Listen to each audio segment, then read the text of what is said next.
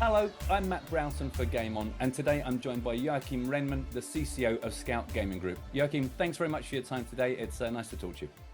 Thank you so much, Matt. Glad for having me.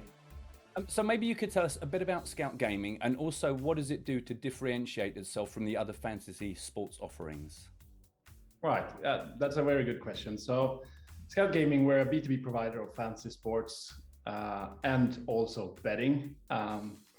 We differentiate in the fact that I'd say pretty much our entire business is about differentiation, because we're in fantasy sports to begin with. Out in the market space, there's a lot of different kinds of fantasy sports products, and our product differentiate from all of them. So at its core, it's very different from everything else, is that we built a global network for pooling liquidity between different operators.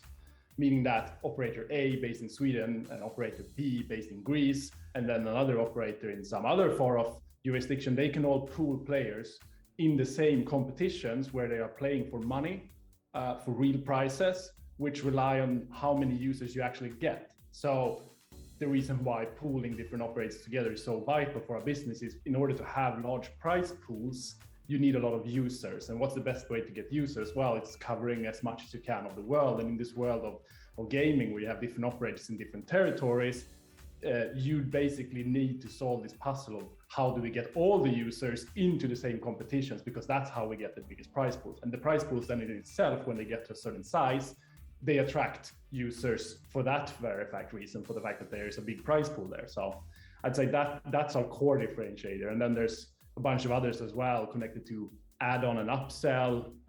We're also developing now, or have developed, a sports book, which I'd say we are the first in the world to ever develop a fantasy sports platform and a sportsbook platform as one. So it's all on the same integration, all on the same platform, and you get a lot of synergies between that, which I'm sure the likes of DraftKings and FanDuel are trying to achieve as well, but because they're working with different platforms, there could be some challenges there, which we believe that by having everything under one roof, we can do things in a leaner, faster, and sometimes more sophisticated manner than may be achievable when you're dealing with different parties and different suppliers. Having such a huge player pool, like globally, I guess you must have to have a daily eye on regulations and legislations to make sure that everything day to day, you've got exactly the right countries doing exactly the right thing.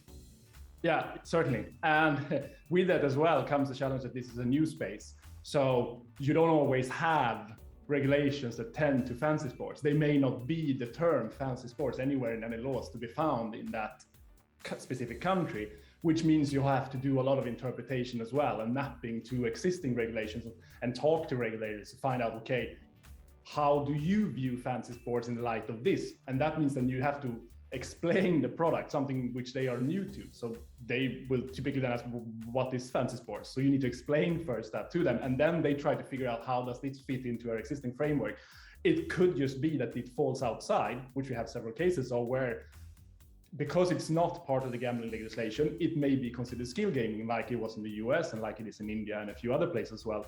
It becomes a bit of a challenge, but I say we are subject still to a lot less regulations than the casinos and the sportsbook, but it comes with other challenges. So we've had to grow our compliance team basically up to 3 only in the last year. We used to be 1 and now we're 3, so it comes for us as well. And have you seen like an uptake in inquiries over the last 18 months, the particularly strange last 18 months? Yes and no, but in a sense,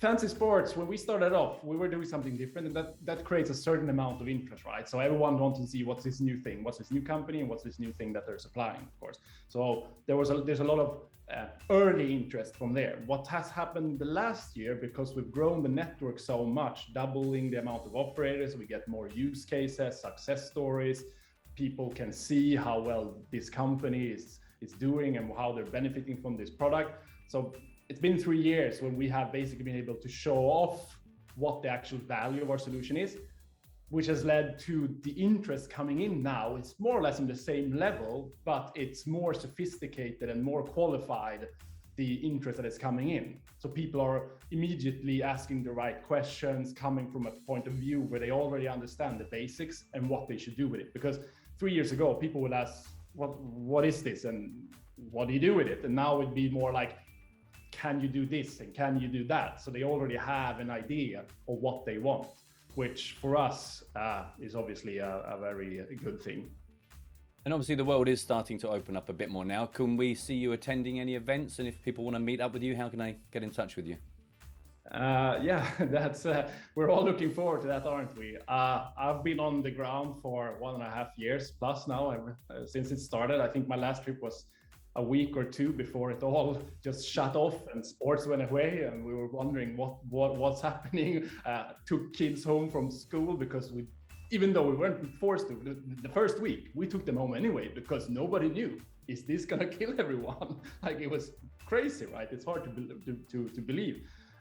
So very much looking forward now to get out on the road. I'm gonna be on the SBC Summit, and we'll have some colleagues of mine as well next week. And then it'll be IGB Live in Amsterdam the week after. And then in October, I believe we're gonna be attending the iGaming Next, which is 2-day conference in Malta. And then we're looking forward to Sigma in November.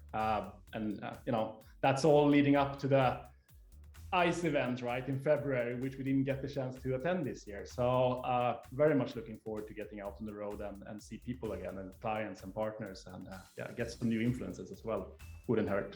And what's the best way if people want to kind of get in touch with you and meet up with you? How should they get in contact? They can contact me directly. I don't mind. I'm pretty open. You can find my details on the website. They can also send an email to sales@scoutwg.com, and one of my colleagues will take very good care of them. Excellent. Well, look, thank you ever so much for taking the time to talk to me, and best of luck with the rest of the year, and good luck at the events. Thank you, Matt. Thank you so much. I'm Matt Broughton for Game On.